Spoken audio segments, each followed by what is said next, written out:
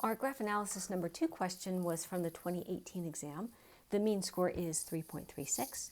And in this graph, I am given a graph of g, but I'm told up here that g is the derivative of f, so g equals f prime. And my function is piecewise linear, so these are all linear pieces from -5 all the way to 3. And then once I hit 3, from 3 to 6, I have this quadratic equation that my function follows. In part A, I'm given f of 1 equals 3, and I'm asked to find f of -5.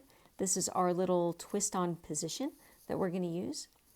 So we start with our known value. So f of -5 equals f of 1 plus our integral. Our lower limit is the 1, our upper limit is the -5.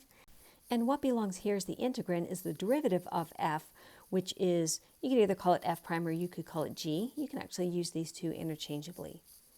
I see my limits are backwards, so my next move is going to be to switch them around and get that lower limit as the lower number. What that does is it puts a negative out in front, and at the same time I also replaced f of 1 with its value, which is 3. It would be okay for you to start the problem at this point right here, so you could put that 3 in right away, and you can also get those limits in the correct order as long as you remember to put that negative out in front. You're going to earn this first integral point with either this integral here, or if you have the limits in the correct order with that negative out in front, that would do it as well. In order to evaluate this integral, I'm going to look at the graph of g of x, which is over here. From -5 all the way to 1, I'm going to take an area approach. This is a trapezoid.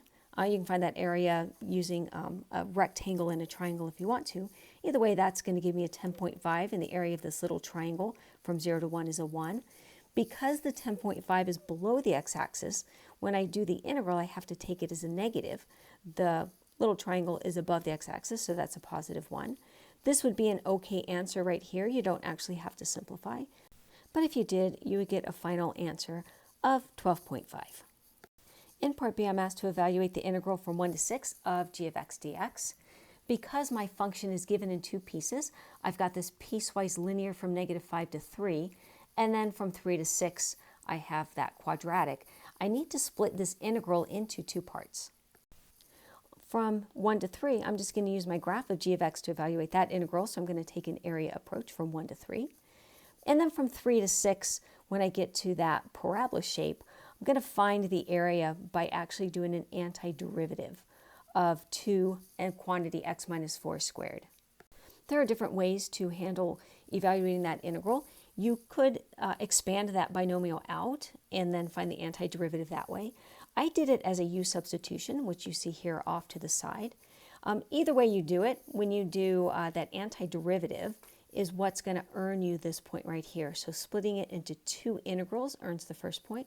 Finding a correct antiderivative, even if you did it slightly differently than I did, is going to earn you that second point. And when that is all calculated, we get a 6, and then I pull that 6 back into the problem. And my final answer of 10 is what's going to earn the third point in part B. In part C, I'm asked where f is both increasing and concave up. I know that f is increasing where f prime is positive. So positive means totally above the x-axis. And I also know that f is concave up where f prime is increasing. So putting both of those together, I need to be above the x-axis and also increasing. Puts me from 0 to 1 is one interval, and from 4 to 6 is the second interval. And then I just put what I was looking for in my explanation. So f is increasing and concave up on the interval from 0 to 1, and again from 4 to 6. So 0 to 1, 4 to 6. Those two intervals are worth 1 point. If you missed something on one of them, you just don't get that point. So they have to be totally correct to earn the first point on part C. You could have them in brackets, and that would be okay. Our reason is because f prime is increasing and positive. Make sure that you always reference f prime by name in your explanation. You could call it g if you wanted to, but f prime or g. You don't want to generically say it or the graph. You want to always use the names.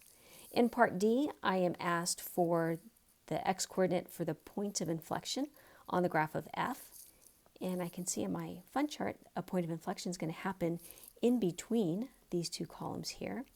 On my f prime graph, it's where f prime goes increase to decrease, or vice versa. And the only place that happens on this graph is where I go a decrease to an increase is here at x equals 4.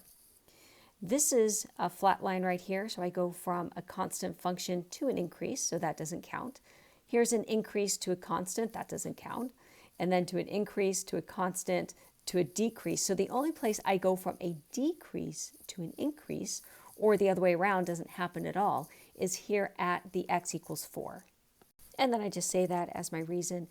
And as we said in the previous video, you could say because f prime has a relative minimum at x equals 4, that would be an okay reason as well.